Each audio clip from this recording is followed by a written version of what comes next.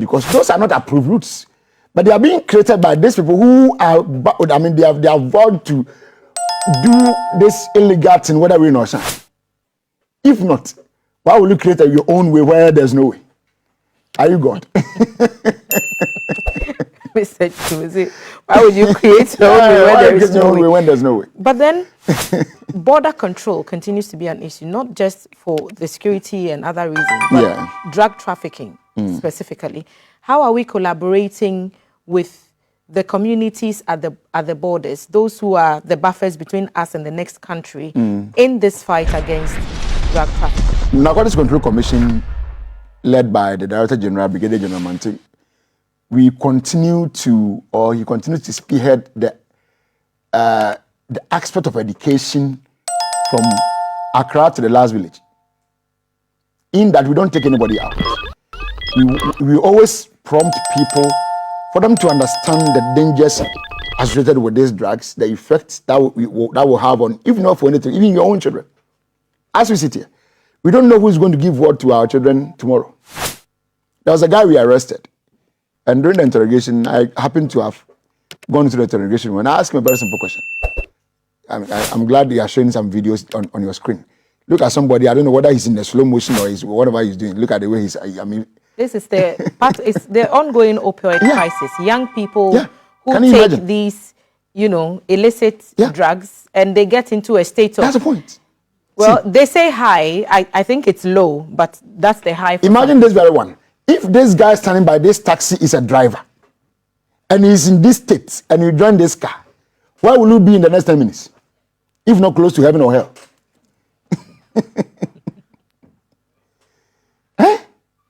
So why should we allow these people to be doing these things, my dear? We won't allow them. And that, I know that, that stance that we have taken, that we won't allow them, is a serious headache for so many people. But that one is that it will continue to be their headache. Because we won't stop. We won't allow you to make money at the detriment of other people's children. We won't. This guy that I was mentioning earlier, I asked him, will you give these things that you are selling? You are selling cocaine, you are selling red, you are selling hashish, and all these things. Will you allow any of your children to have one? He said, no. So to you, it's not good for your children, but it is good for mine. I won't allow you. So how you will feel, or whichever sentiments or emotions you apply, I don't care. You can be so emotional about it, I don't have a problem. But be careful you are not caught. Because once you are caught, you will make all kinds of phone calls, but you'll still be with us.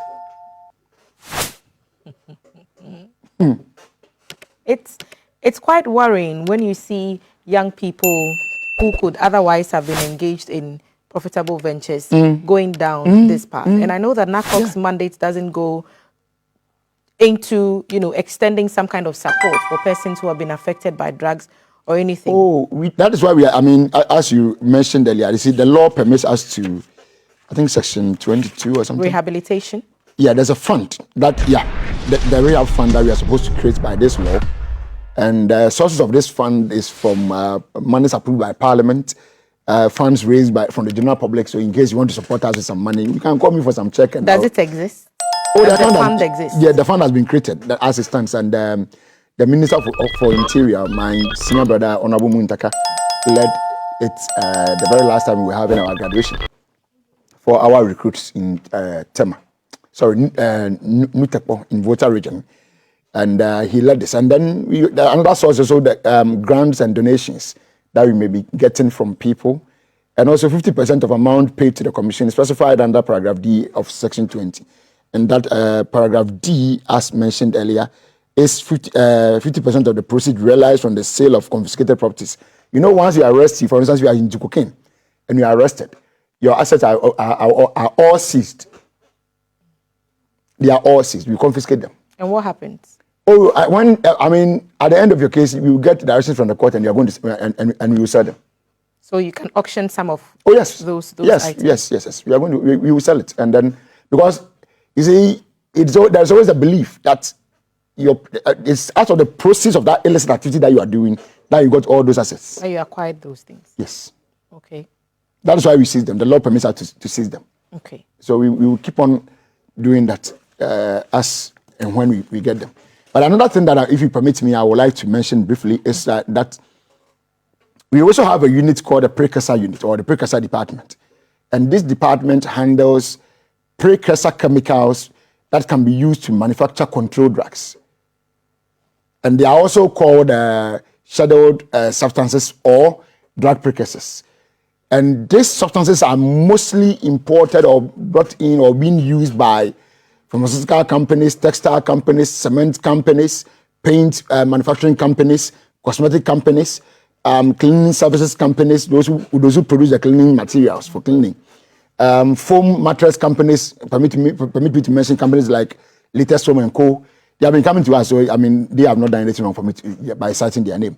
Aviation companies, agrochemical companies, water producing companies, petroleum companies, printing and labels companies, mining companies, and then food and beverages companies, energy companies, water treatment companies, among others. That's a lot. That's a lot. All these companies, once you know that, per your activity, per your operations, you use any of these drug precursors or any of these scheduled substances or controlled drugs, please, if you know you are not registered with NACOC, kindly do so before it's too late.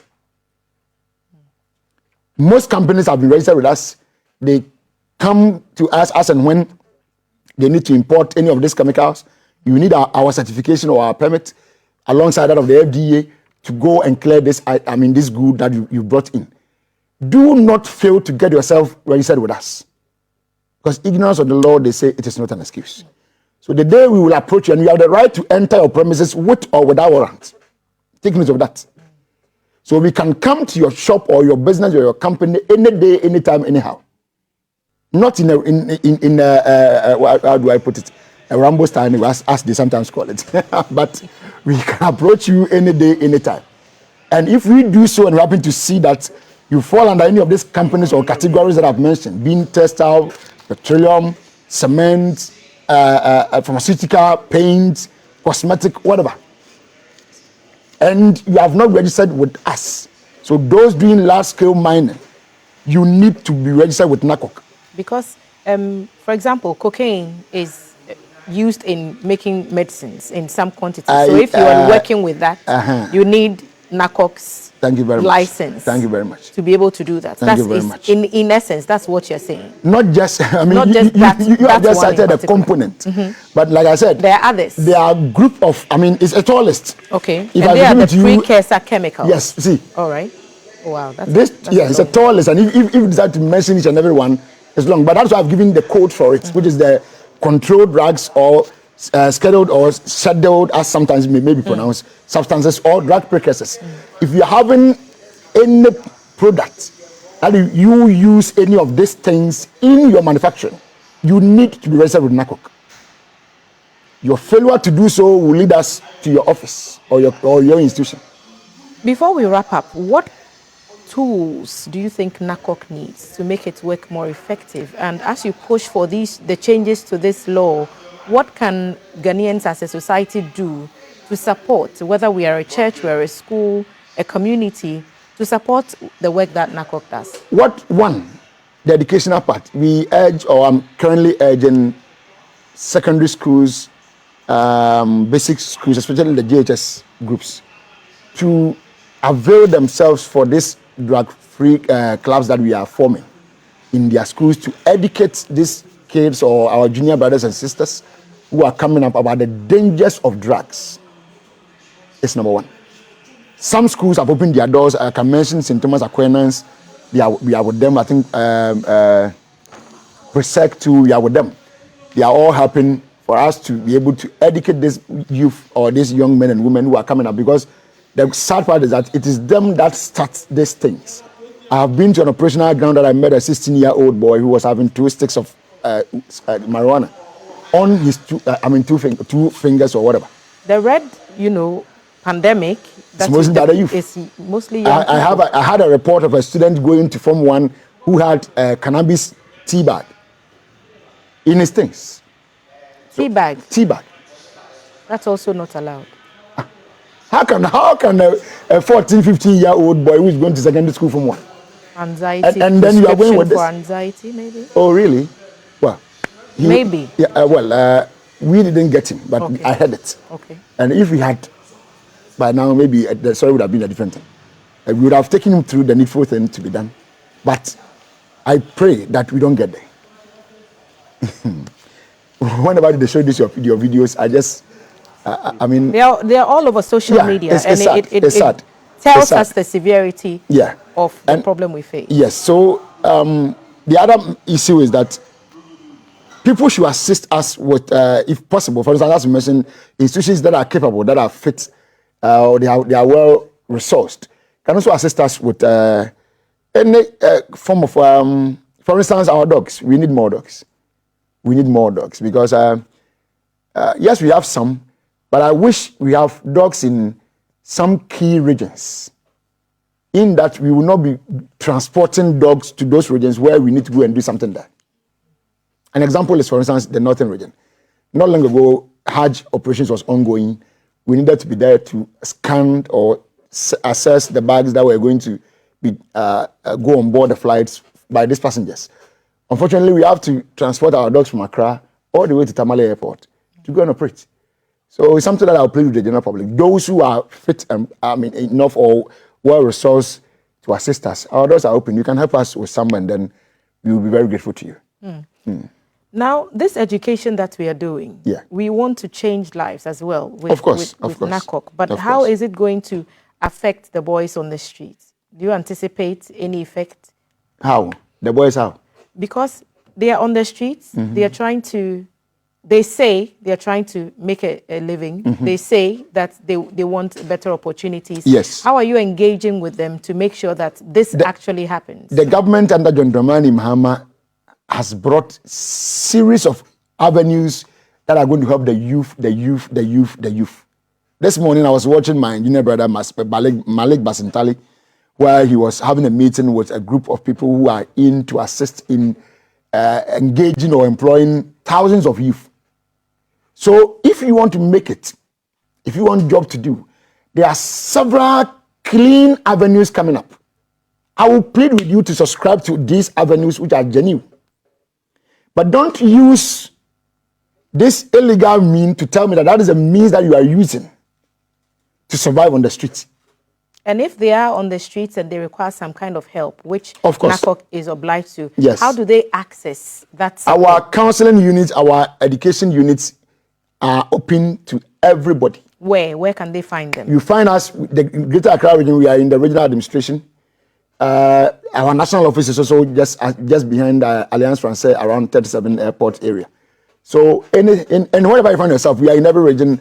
Now even the districts, our presence are coming to, for instance, in the eastern region, we are going to Suhum, or we are going to be in Suhum from this month. Oda, Achanse, Swedro, Asamankase, Adeso, Akropong, Atimpoku, Asante region, Oforukrom, Mampong, Edra, Konongo, Obuasi. And is it free? Do they have to pay for it? No, they don't pay anything to us. No, they don't pay anything to us. They don't pay anything to us. They can be housed and be given the necessary treatment. No, there are, how do I even call them? Rehab centers. We have some rehab centers within some regions, Greater Accra, Ashanti, and some few regions, who assist in getting them, housed and then cleaned up, among other things. Yeah. Your final message before we wrap up. The final message NACOC and its war on drugs in Ghana, where we are going. It's very simple. My Director General always says something that we have not even started yet. So whatever you have been seeing or hearing is just a tip of the iceberg. Many are those who are yet to come.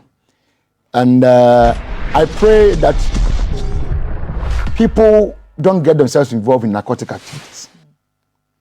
In as much as they are destroying the lives of other people, they are also making living or making gains out of an illegal activity. That is what we prohibit. That is what we don't like. But to you, that person, you think that we are, you're starting your business, that's what you have been doing for years, and you think that we should allow you to do it. We won't allow you to do it. And that is why you have issues with us. But it will be good on your part to stop. My only caution is that stop before it's too late. this one that you are listening to me is more or less your grace period. You take it and then you stop it. Because you're failure to do so, no problem, we will get you. But once we get you, that is why you remember some big people that you think you know. And you want to make calls to them. But unfortunately, your calls may not save you. That's the only sad part. You'll be making the calls, but you'll still be with us. And you'll still be going to court. You'll still be facing the law. Because there's nowhere in this act that says that when we get you and you make calls, we should allow you to go. The law says that once you are arrested, you should be allowed to face the law.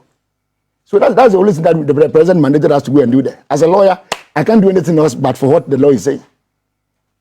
So that's the only thing we can be doing. Okay. But that will not bring happiness to you.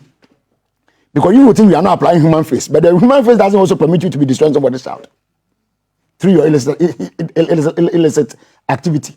You didn't apply human face there, but you want me to apply human face by letting you go. It doesn't work that way. So as they listen and as they watch us, I pray that they will put an end to it. Thank you. Thank you for your time with us this morning. Alexander Twum-Barimah is the Deputy Director General in charge of Enforcement, Control and Elimination at the Narcotics Control Commission, NACOC, speaking to us about the efforts to not just enforce the laws, but also to